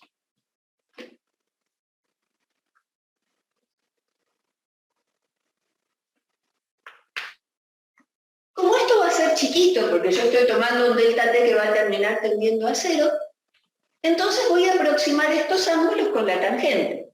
¿Sí? Esto va a ser aproximadamente igual a, bien, gamma 1 sería delta x sobre el diferencial de y.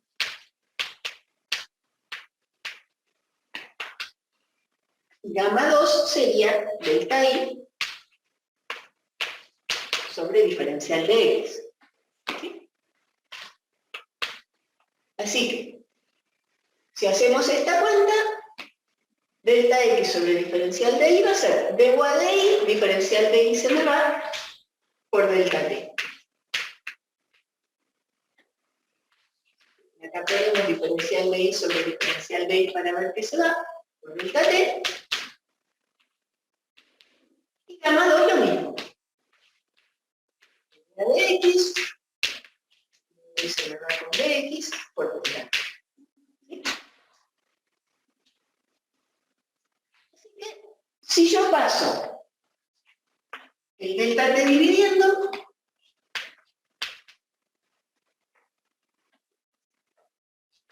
y le tomo el límite para delta t que tiende a 0, ya que estamos cancheros en este tema, voy a poner el límite del otro lado también, así nadie me acusa de falta de rigor, y acá me queda simplemente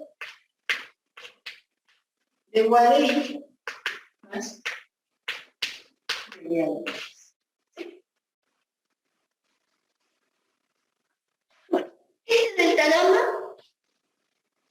le voy a llamar delta gamma xy, porque estoy trabajando con la deformación angular en el plano xy. ¿Sí? Si yo en vez de tomar la cara xy de este elemento, tomara la cara xz, entonces, bueno, la distorsión que forman las líneas perpendiculares en ese plano sería el gamma xz y así sigue. Así que acá lo que vemos es que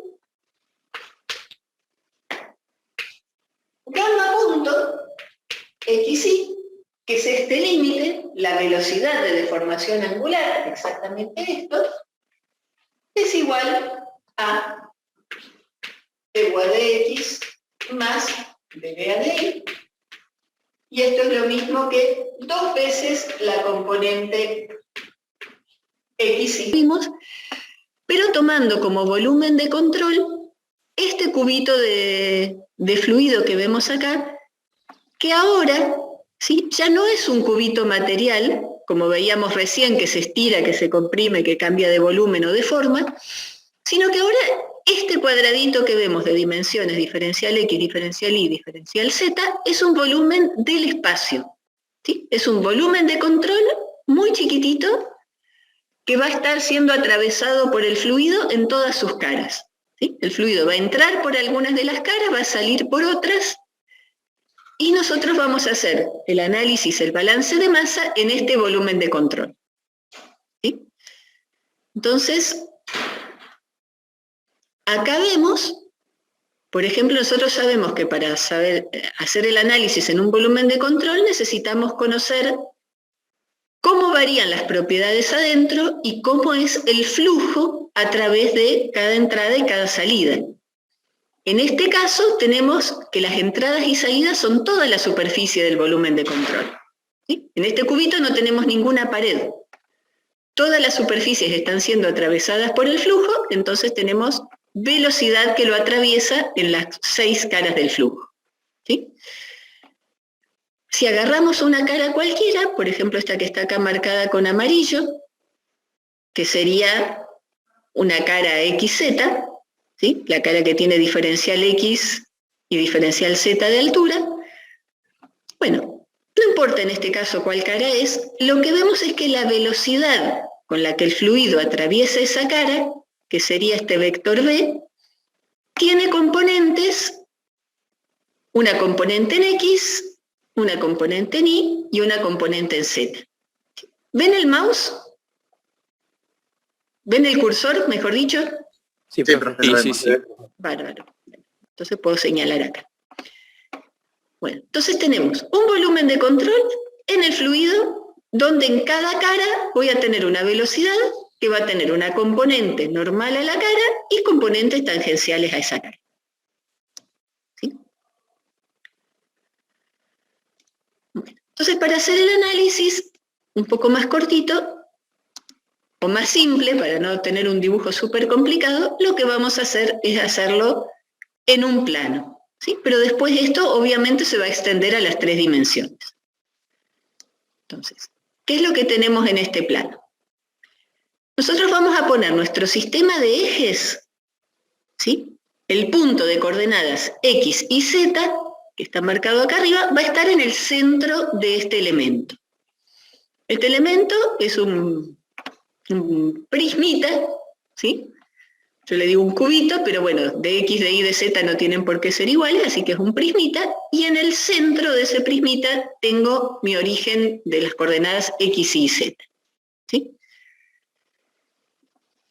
Acá vemos que en las caras de la izquierda y de abajo, la velocidad normal del fluido es hacia adentro, es decir, está entrando flujo a mi volumen por las caras de la izquierda de abajo y está saliendo por la de la derecha y la de arriba.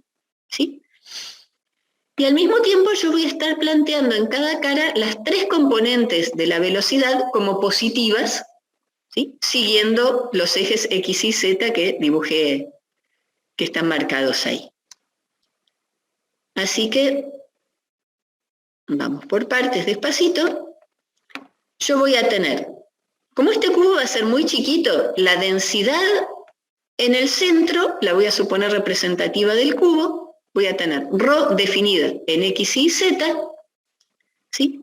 Las velocidades U de X y Z y B de X y Z las voy a tener definidas acá en el medio, pero en mis caras, por ejemplo, esta cara va a tener la coordenada X más diferencial X sobre 2. Como yo puse mi X y Z en el medio, esta cara tiene X igual a X más diferencial X sobre 2 y esta cara tiene X menos diferencial X sobre 2.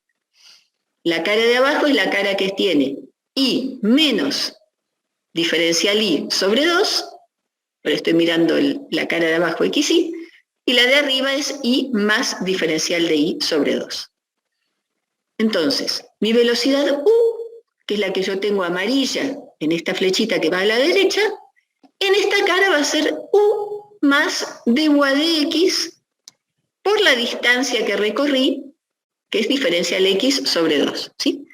Si en el centro de mi cubito tengo velocidad U, en esta cara tengo U más du a dx por la distancia de esta cara al centro, que es de X sobre 2. ¿Sí? Y así tomamos todas las aproximaciones, ¿sí? La velocidad V acá arriba va a ser V en este punto más de V a de I por diferencial I sobre 2. La velocidad U en esta cara va a ser U menos de U a de X por diferencial X sobre 2, porque me moví hacia la izquierda, desde este punto hacia la izquierda, y la velocidad V abajo va a ser lo mismo. Es decir, yo estoy haciendo para las velocidades en cada cara desarrollos en serie de Taylor a partir del punto del medio. ¿Me vienen siguiendo? ¿Están ahí? ¿Se oyen? Bien, o sea, en el medio tengo U, V y ρ. Entonces, en la cara de la derecha tengo U más de U a de X por diferencial X sobre 2, que es esta distancia. Si acá tengo V, acá tengo V más de V a de X por diferencial de X sobre 2. Si acá tengo ρ, acá voy a tener ρ más de ρ a de X por, a ver si termino de ponerle todas las variaciones, perdón. Bueno, acá tengo ρ menos de ρ a de X por diferencial de X sobre 2 en la cara que está a la izquierda. Acá voy a tener ρ más de ρ a de X en la cara de la derecha. Y así voy calculando a partir de este punto central cuánto valen las velocidades en la cara de arriba, en la cara de abajo, en la cara de la izquierda y la cara de la derecha. Y también cuánto vale la densidad en cada una de estas caras. ¿Sí? ¿Por qué me interesan las velocidades y las densidades? Bueno, acuérdense que cuando hagamos un análisis en un volumen de control, para la ecuación de conservación de masa, que es la que yo quiero tener acá, voy a necesitar el flujo másico que entra y el flujo másico que sale por cada una de las caras. ¿Sí? El flujo másico que entra era ρ por la velocidad por el área. Entonces necesito ρ, necesito la velocidad normal, a las caras en X es X, en estas caras es la velocidad de X y en estas caras la velocidad de Y. Bueno, y el área que van a ser las dimensiones de ese cubito. ¿Está? Así que acá hacemos el planteo de todo lo que está entrando y saliendo a este cubito, por lo menos en el plano XY. ¿Sí? Y si lo quisiera hacer completo, tendría que tomar también las componentes en Z, las variaciones en Z, y esto me quedaría una maraña de expresiones matemáticas. Pero bueno, conceptualmente lo que hagamos acá en este plano, después lo extendemos a 3D de forma muy fácil. Entonces, vamos a aplicarle nuestra ecuación, la vieja ecuación de conservación de masa de un volumen de control a ese elementito de flujo. Acá arriba simplemente recordamos que las componentes de la velocidad son U en X, V en Y y W en Z.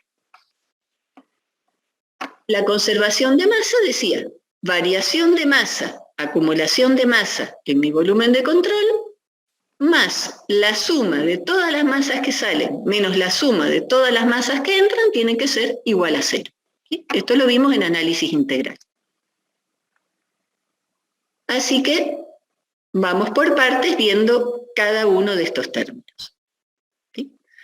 La variación de masa en mi volumen de control, la variación de masa en el tiempo, va a ser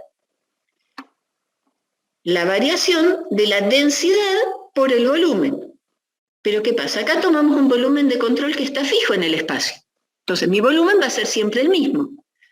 Así que para tener una variación de masa adentro de mi volumen de control, lo que yo voy a tener es mi volumen de control multiplicando a una variación de la densidad. Si mi volumen es siempre el mismo y la densidad no cambia, entonces la masa dentro de mi volumen de control va a ser siempre la misma. Pero si permitimos que cambie la densidad a lo largo del tiempo, si de ρ a dt va cambiando, o sea, ρ va cambiando con el tiempo, entonces voy a tener una acumulación. ¿Sí? Así que mi término de acumulación de masa en este volumencito va a ser el volumen de X por dy por dz por la variación de la densidad. ¿Sí? Que en rigor esto debería ser una derivada parcial y no total, pero bueno, así está el video. Si ustedes toman apuntes, pónganle que esto es una derivada parcial y no una derivada total, así nos queda más claro con lo que va a ser después. ¿Sí? Así que tenemos acumulación de masa en mi volumen de control y los otros dos términos, C son los caudales másicos que salen y B los caudales másicos que entran, que ahora los vamos a desarrollar. ¿Sí? Bien, entonces acá está nuestro cuadradito con todas las densidades y velocidades en X y en Y en cada una de las caras. ¿Sí? La velocidad normal, la velocidad tangencial, la velocidad normal y tangencial y la densidad. Entonces vamos a empezar a ver los términos de flujo. Entonces, el primer término hacemos la suma de todos los caudales que entran. Si vemos la velocidad normal, el flujo está entrando por la cara de la izquierda y por la cara de la derecha. ¿Sí? Esta cara de la izquierda es la cara que tiene como superficie diferencial de Y por diferencial de Z. El diferencial de Z se mete hacia adentro de la pantalla, no lo vemos, pero bueno, el área, acordémonos que el caudal es ρ, densidad por velocidad por área. El área es de Y a de Z. La densidad, que está entrando es la densidad en esta cara, ρ por d ρ de x por d diferencial de x sobre 2. ¿Sí? Y la velocidad es la velocidad que yo tengo en esta cara, u menos dy de x por diferencial x sobre 2. Recordemos que ρ y u yo los defino en el centro del elemento. Así que acá tengo ρ por d por x que entra por esta cara.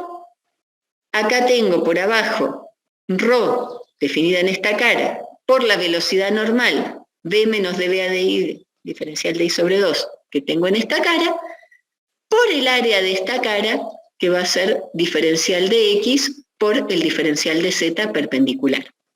¿Sí? Y si quiero hacer el balance en las 3 dimensiones, tengo que tener en cuenta la cara perpendicular a la pantalla. En esa cara no tengo nada dibujado, porque si lo dibujara no vería nada de nada, pero ustedes ya se imaginan, en ese cubito yo tengo la cara, que es superficie diferencial x por diferencial de y. Disculpen que voy a cerrar la puerta.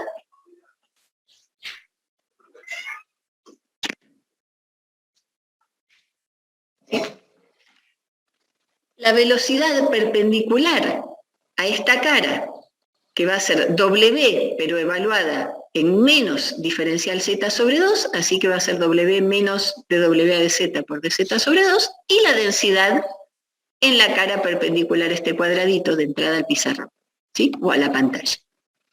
Así que acá tengo caudal másico que entra por la cara perpendicular a x, caudal másico por la cara perpendicular a y, caudal másico por la cara perpendicular a z. Y por otro lado, los caudales que salen, hago exactamente el mismo análisis. El caudal que sale por esta cara va a ser u por más dy de x por dx sobre 2, la tengo acá, por la densidad, ahí en ese sector que me está marcando Federico, ρ más d ρ de x diferencial de x sobre 2. En la cara de arriba voy a tener la velocidad v y la densidad que salen por arriba, ¿sí? En la cara de abajo, en esta cara de la derecha, el área, fíjense acá abajo, es de y por dz, en la cara de arriba la superficie va a ser de x por dz, y en el tercer término tengo el flujo que sale por la cara perpendicular, por la cara paralela a la pantalla y la velocidad perpendicular a la pantalla. ¿Sí? Entonces lo que estoy haciendo es un balance de flujo, un balance de masa en este elementito diferencial de mi volumen de control. ¿Sí? Bueno. Si ahora ponemos todo lo que vimos recién en la ecuación del... en la ecuación de continuidad, ¿sí? Variación de masa adentro de mi volumen de control es dx por dy por dz por d ρ de t. Suma de flujos que salen, todos estos 3 términos que vimos recién, y suma de flujos que entran, todos estos 3 términos que vimos recién. ¿Sí? Voy rápido, yo sé que a ustedes no les estoy dando tiempo de copiar todo esto, les pido disculpas, pero bueno, tienen el video para copiarlos tranquilos en todo el tiempo que necesiten. ¿Sí? Así que, si juntamos todo esto que tenemos acá, fíjense, tenemos lo que está sumando, ¿sí? Los caudales que salen menos los caudales que entran. Cuando nosotros hacemos este desarrollo, nos queda ρ por u, multiplicando acá arriba, sumando, y acá abajo ρ por u, restando. Así que al hacer la diferencia de lo que entra en dirección X y lo que sale en dirección X, el producto de ρ por u se me va a ir, ¿sí? Voy a despreciar los términos que tengan diferencial x al cuadrado, porque van a ser de segundo orden, entonces directamente los desprecio ahora, me quedo con los de primer orden. Entonces, en la dirección X me va a quedar el producto. Rho por U se va. De Rho a de X por U, ¿sí? Que entra, y acá tengo menos de Rho a de X por U que sale, ¿sí? Menos con menos es más, así que me queda Rho, por ejemplo, Rho por du a de X por diferencial X sobre 2 más diferencial X sobre 2 va a ser Rho por du a de X por diferencial de X, ¿sí? Y esto multiplicando a diferencial de Y, diferencial de Z, ¿sí? Lo mismo me va a quedar después de Rho a de X por U, es decir, cuando yo haga la diferencia entre este término de arriba y este término de abajo, y desprecie los términos de segundo orden, me va a quedar Rho por du a de X más U por d Rho a de X multiplicando al diferencial de X, que me sale de diferencial de X sobre 2 más diferencial de X sobre 2, por el área que es diferencial de Y, diferencial de Z, ¿sí? Cuando haga la diferencia entre el término que entra y el término que sale en la dirección Y, me va a quedar Rho por dB a de Y más B por d Rho a de Y por diferencial de Y por dx de Z, que es el área por la que atraviesa, ¿sí? Y lo mismo para la diferencia entre este término y este, me va a quedar Rho por dW a de Z más W por d Rho a de Z por diferencial de Z por dx de Y, ¿sí? Entonces, en este desarrollo estoy despreciando directamente los términos que tienen diferencial por diferencial, ¿sí? Y los que no tienen ningún diferencial se me van. Rho por U acá se me va con Rho por U acá. Y así sigue. Así que todo esto se reduce a esta suma de acá abajo. De Rho a de T por dx de Y a de Z, que es la acumulación de masa en mi volumen de control, y estos 6 términos que son la suma de los caudales que salen menos los caudales que entran, ¿sí? ¿Vamos bien? Profe, cuando dice Sí. que se van, ¿no está diciendo que se suma el 1/2 con el 1/2? No, fíjate, voy a hacerlo detallado solamente en la dirección de X, ¿sí? Vos acá tenés, me estoy ahorrando todo el desarrollar este producto. Acá tengo un producto de 2 sumas, ¿sí? Entonces, en este producto de 2 sumas yo voy a tener Rho por U más d Rho a de X por diferencial de X sobre 2 por U, más Rho por du a de X por diferencial de X sobre 2, más d Rho a de X por du a de X diferencial de X por diferencial de X cuadrado sobre 2, ¿sí? Es decir, cuando yo hago este producto y lo desarrollo, tengo 4 términos. Lo que estoy despreciando es el término de d Rho a de X por du a de X por diferencial de X al cuadrado, ¿sí? Es decir, los términos que tienen diferencial de X al cuadrado, esos los estoy despreciando, los estoy eliminando, como términos de segundo orden. ¿Se entiende? Sí, ahí lo entiendo mejor. Gracias. ¿Ah? Entonces, este producto me va a quedar Rho por U más d Rho a de X por U más Rho por du a de X, más un término de segundo orden que no le doy bolilla. Y cuando yo le reste esta suma, donde yo tengo Rho por U, el Rho por U se me va, y los otros dos, d Rho a de X por U, tengo menos con menos, entonces se me suman. Me queda d Rho a de X por U por d Rho a de X por diferencial de X, ¿sí? Y cuando tenga Rho por du a de X, lo mismo. Tengo Rho por du a de X, menos con menos se me va, por diferencial de X. Entonces, el diferencial de X sobre 2 que me queda de esta parte se me va a sumar con el diferencial de X sobre 2 que me queda de la parte de arriba, ¿sí? Si desconfían, hacen todos los pasos intermedios que no están acá y van a llegar a esta misma solución, ¿sí? Que bueno, esto es todo esto simplificado y despreciando términos de segundo orden. Y si miramos un poco esto con detalle, vemos que acá tenemos ρ por d de x más u por d de x. Estos dos es lo mismo que la derivada del producto de ρ por u. ¿Sí? Así que lo junto acá. Primero, paso este diferencial x, diferencial y, diferencial z dividiendo. ¿Sí? Bueno, como tengo 0 directamente lo elimino. Y me queda d de t igual. La suma de estos dos es lo mismo que la derivada respecto a x de ρ por u. La suma ρ por dv de i más d por d de i es lo mismo que la derivada respecto a i de ρ por d. Y la suma de estos dos es la derivada respecto de z de ρ por w. ¿Sí? Así que esta ecuación de conservación de masa se me viene quedando, todo este despiole me viene quedando como d de t más la derivada respecto a x de ρ u, más la derivada respecto a i de ρ b, más la derivada respecto a z de ρ w. ¿Sí?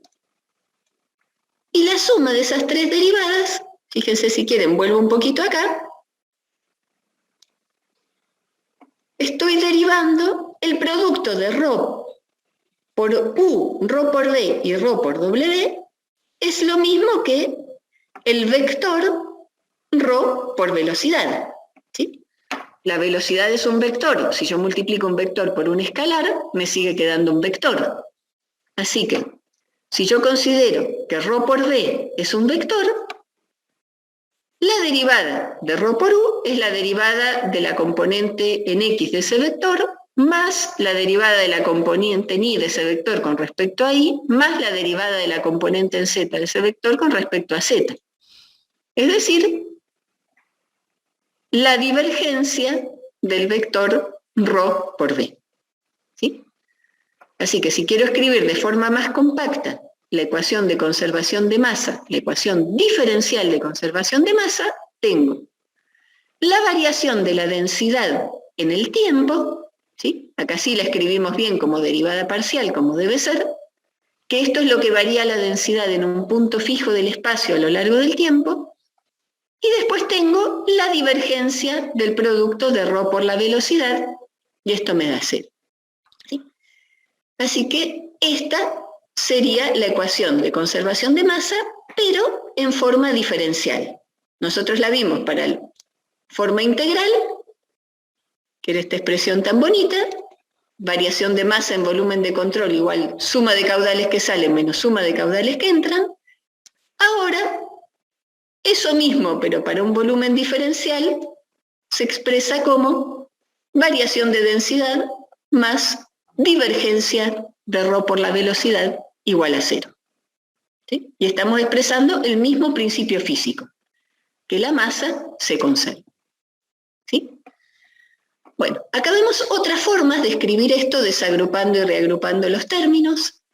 Yo puedo aplicar propiedades de el producto de la divergencia y decir que, por ejemplo, la divergencia de ρ por v es igual al gradiente de ρ, producto escalar v, más ρ por la divergencia de la velocidad.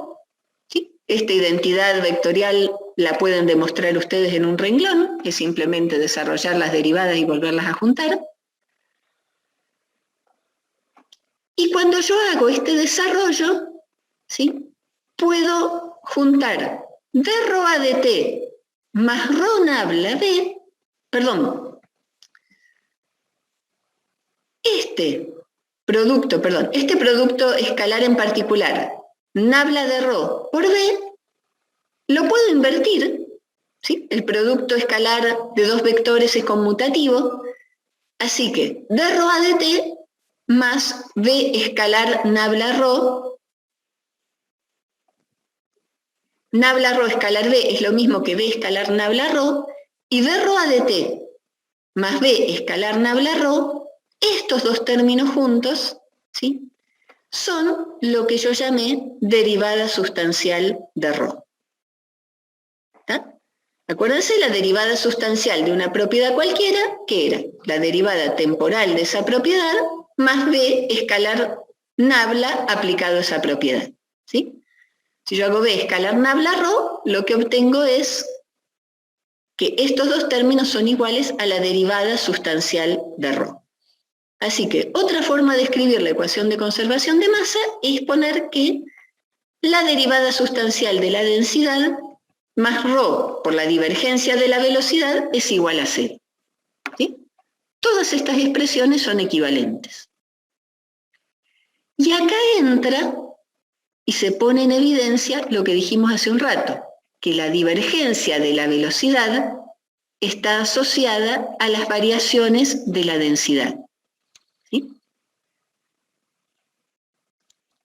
Podemos ver acá que si ρ es constante, ¿sí? Si ρ es constante, no va a variar en el tiempo y no va a variar en el espacio, que es lo que me dice este gradiente. Entonces, la derivada sustancial de ρ, si ρ es constante, va a ser 0, porque esto es simplemente una suma de las derivadas espaciales y temporales.